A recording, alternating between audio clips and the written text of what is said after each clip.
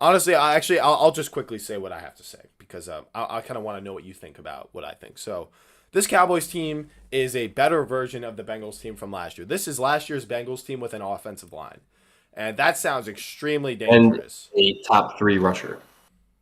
When it comes to the top three rusher and Javonte Williams, I do think he's looked really good this year.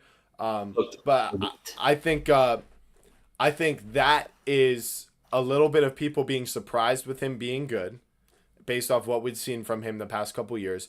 But I think it's I didn't believe also this passing game opens up the I think teams would much rather get run over than passed on by this passing game. And then I think this offensive line mixed in with that is creating really good opportunities for Javonte Williams. Tyler Booker looks like he was a stud pick at guard, and that's been panning out. The way you guys are able to, create movement off the line of scrimmage and get Javonte with a head of steam is, something that the Broncos' offensive line was pretty good, but they had some injuries, and they seem like more of a pass blocking unit. Where I feel like this Cowboys unit can do everything, and they can open up these holes for him. So I get it with Javante, but I think a lot of guys could succeed in this ecosystem of this Cowboys offense, which is making me question why I never bothered to draft Javante Williams this year. But regardless, I feel the um, same way. I had no, like, going into the season, I had no belief it was in, the Jaden Blue stuff. yeah, not even really the Jaden Blue stuff. I didn't expect Dallas to look as good as they look right now. Offensively, I didn't really believe in Schottenheimer, but he's done a great job winning me over. And that brings me to like the offense. And He's an Clayton offensive Adams. minded guy. Clayton Adams as well. He changed the run game, but the run blocking's amazing. He's probably going to be a head coach next season. Pick your team. He'll probably be there. I don't know if he wants to leave or not, but something to pay attention to. But other than that, I just the offense, like outside of one game, they've dropped like 40 points every week in and week out. And this is the most dominant offense. This is the most dominant I've seen Dak look in his career. I agree. Offensively, he looks comfortable. There's not a like he can. There's I don't know how you stop Dak, especially when you put George Pickens into this picture. They've played one bad game that was against the Bears. That's the only loss that I'll give you.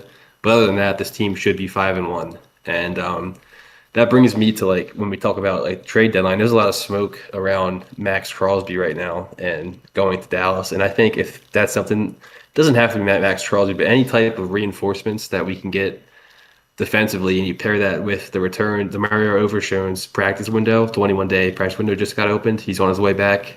Siobhan Revel, who's our third round corner, his practice window just got opened. He should be on his way back. The defense is only going to get better, Law I Nation think. And Sports was talking about Siobhan Revel on his those live two, stream. yeah, those two are legitimate X. I don't want to say Revel's an X factor, but he was like a first round great corner who fell due to the ACL injury. So, there's a lot of talent that's coming back, and I think if you pair that, they have the ability to make trades, and I think they're going to be active in the trade market because I don't think you can waste what the offense looks like right now, and that's the problem with what when we traded Micah. It's like we kind of contradicted what our play was this year Yeah, because we were all in. Trading for Pickens was an all in move, and then you say, "Screw you, Micah. You guys just." Jerry had his feelings hurt. He had to let him go, and that kind of blew up and all over it. Like that's blown up all over.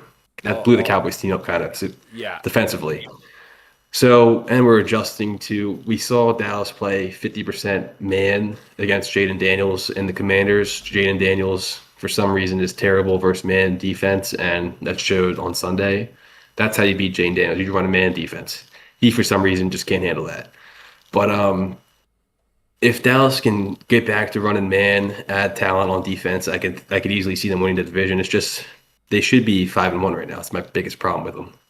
Little side note on the Jaden Daniels jab. I'd say if you're working with Terry McLaurin and nothing else, you just simply double him with the safety over top, and you trust your corners to cover one on one. Noah Brown and Olamide Zaccheaus last year and this year. They had nobody out there, but it's neither here nor there. Jaden Daniels doesn't look quite the same this year. A lot of it, I think, has to do with the injury, which I will be harping on. But regardless, we're talking about the Cowboys right now. So let's talk about the Cowboys. Um, I agree with the whole philosophy of trading Micah. I was roasting the Cowboys from making that move for exactly the reason you said. I said you trade for Pickens. This was supposed to be, the year. I made a whole video on Dak Prescott and what was stopping him throughout his The front career, office. and it was not having a run game. They brought in Clayton Adams, and not having a number two next to CD. They brought in Pickens. I was like, okay, we're really going somewhere here. The run defense is still going to be bad, but and then you make that move and it looks terrible. But you're right. If you guys can flip one of those first round picks, or even a low for Maxx Crosby, it's probably going to take more than that, I'd say. But he is already I signed would on his say, contract. I don't know how the hell you yeah, guys are going to afford having him on the we have. team. But go ahead. Go ahead.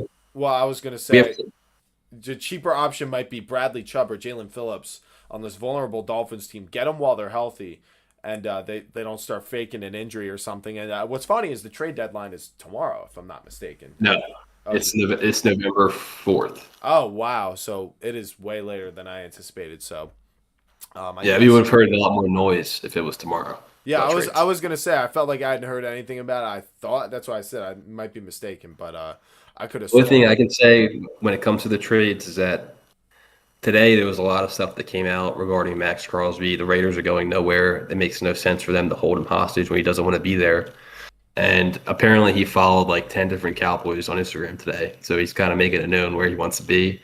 And I don't think anyone else has more power to make that happen than Jerry Jones does right now because he holds 4 first-round picks in the next 2 years. So we have all the buying power we need from the Micah trade. But if we can only trade one first and maybe do like a second or third, whatever, like something like that, and get him, that would be a perfect move, and it would make the Micah trade a genius move. So I got a question for you. How much of this ranking of yours is in anticipation of some move like this being made? Does it assume something like that has to happen? I think with how like what I've said with the offense, how good the offense looks, you have to make the move. It's not a matter of if you make the move, you have no choice. You'd be quitting on your team by not doing anything to make this defense competent and something that could help Dak, you know, achieve the biggest goal that he needs to reach. So Yeah, I think it would be such a shame to waste this season of Dak because you didn't want to do something for the defense. I agree. I think this Dak is playing like he is the MVP right now. I mean, I think Stafford it's could between. maybe push for it. I Daniel think the Jones top is between. literally on pace for something like that. With typically they give it to a team that wins a lot. It's hilarious that That's when whoever leaves the Giants becomes an MVP candidate. We had Saquon Barkley last year, and this year it's gonna be Daniel Jones. But I proudly defended Daniel Jones. But regardless, it's this atmosphere that Dak's in. With these other quarterbacks that are in that range, he should be favored to win this MVP job, especially with how this defense is going to force him to keep scoring. Now, I do want to say why they're not on my list because I do think next to the Chiefs and the Lions and what the Rams are when they have Puka, those are the four best offenses in the league. I mean, the Colts, you got to say five. They're top five, and then I would probably put the Packers as in that six range, but I think the tier is those top four. There's just something I'm waiting to see with the Packers and with the Colts. It's just like, okay, is this gonna keep Go going ahead through and the go ahead and playoffs? keep waiting on the Packers. No. Almost a month All right, deep now. we'll get there anyway. But my point is, you guys, what's gonna hurt you guys is you're still a 500 football team right now. Not having CD Lamb cost you guys a couple games. You could have beat the Packers if you had CD, which is interesting. But we saw you guys lose to the Panthers just last week. Is the thing, and the Why we losing Panthers. again? It's because of the defense. I'm not gonna say it was because of Dak, but Dak, and this is something I said in my video about his playoff losses. This is something that'll come up in the playoffs. Is he'll have to play it perfect, like he'll have to play the best season he's ever had by a long shot, including the playoffs. I mean, I could see him having a 40, 45 touchdown regular season, 5,000 passing yards. Maybe not so much with the way you guys are able to run the ball. He might not need to do that, but just in general, MVP level stats. But in the playoffs, one bad drive against a team like the Lions, one bad drive against a team like the Packers. We've seen this, and then the Seahawks with their defense, are they able to disrupt this offense and the rhythm that they're in? And are you guys going to be able to do anything to stop Sam Darnold and JSN and this run game of theirs in the playoffs? And then the Eagles, I mean, I think you guys honestly have some momentum over them right now. It's just like Easily. I'm projecting the sustainability and with this defense, like you guys still have to get to the playoffs. If you lose every other game because your defense, it's going to be a problem. But I do agree if you guys make some kind of move, then you would be a top 10 team. And Dak's season would not go to waste, and we would see them in the playoffs. Yes. So let's pray Jerry Jones makes the right decision here and go all in Well, to me, like Maxx. Quite frankly, I'm just here for the show.